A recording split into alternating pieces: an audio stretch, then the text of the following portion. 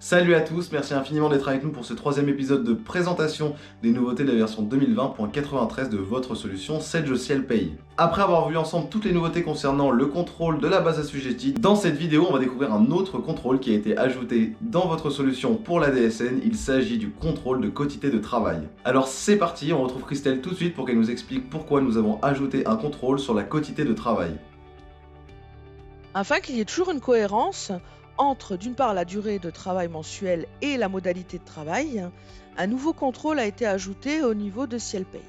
Ce contrôle de cohérence va être effectué d'une part entre la durée contractuelle mensuelle qui est indiquée dans la fiche salariée et la modalité de travail, et d'autre part, il y a également un contrôle qui se fait au niveau de la durée contractuelle mensuelle et la durée de travail mensuelle qui est indiquée dans la catégorie. Je vous montre tout de suite dans SielPay. Je vais aller dans ma fiche salariée, par exemple le S001. Je l'ouvre et je vais aller dans l'onglet Salaire. Ma durée de contractuelle de travail est de 136 heures. Si je regarde maintenant dans Déclaration, ma modalité de travail est temps plein. Donc là, on voit qu'effectivement déjà, mon salarié est en temps plein et pourtant il fait que 136 heures.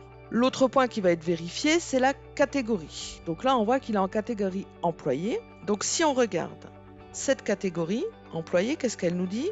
Elle nous dit que la durée de travail mensuelle pour cette catégorie est à 151h67. Il y a donc une incohérence, puisqu'effectivement mon salarié est en temps plein et à 136 heures, alors que la catégorie me dit qu'en temps plein, normalement, je suis à 151h67. Qu'est-ce qui va se passer ? Quand je vais lancer mon contrôle DSN, je vais avoir maintenant un avertissement, ce qui n'était pas le cas, c'est une nouveauté. Et il va me dire la durée de travail contractuelle du salarié ne peut être inférieure à 151h67. Donc, dans ce cas-là, deux solutions.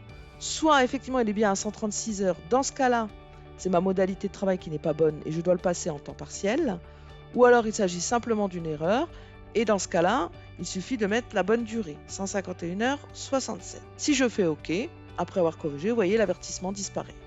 Donc ça, c'est une demande qui a été faite par les différents organismes au niveau de la DSN et du cahier technique, afin que il y ait une cohérence au niveau des informations.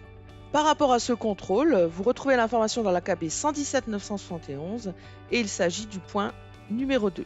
Merci beaucoup Christelle, vous pouvez accéder à la fiche 117 971 en cliquant juste ici ou bien en vous rendant dans la partie description. Dans cette même partie description, vous retrouverez tous les liens de nos plateformes d'assistance. Dans le prochain épisode, on parlera de la rupture du bloc S21G00.81 et on retournera embêter Christelle pour qu'elle nous explique à quoi correspond une rupture, comment la paramétrer et comment montrer les résultats attendus en DSN. Si c'est un sujet qui vous intéresse, je vous laisse nous rejoindre en cliquant sur la petite huile qui va apparaître juste ici. Sinon, on se dit à la prochaine. Ciao!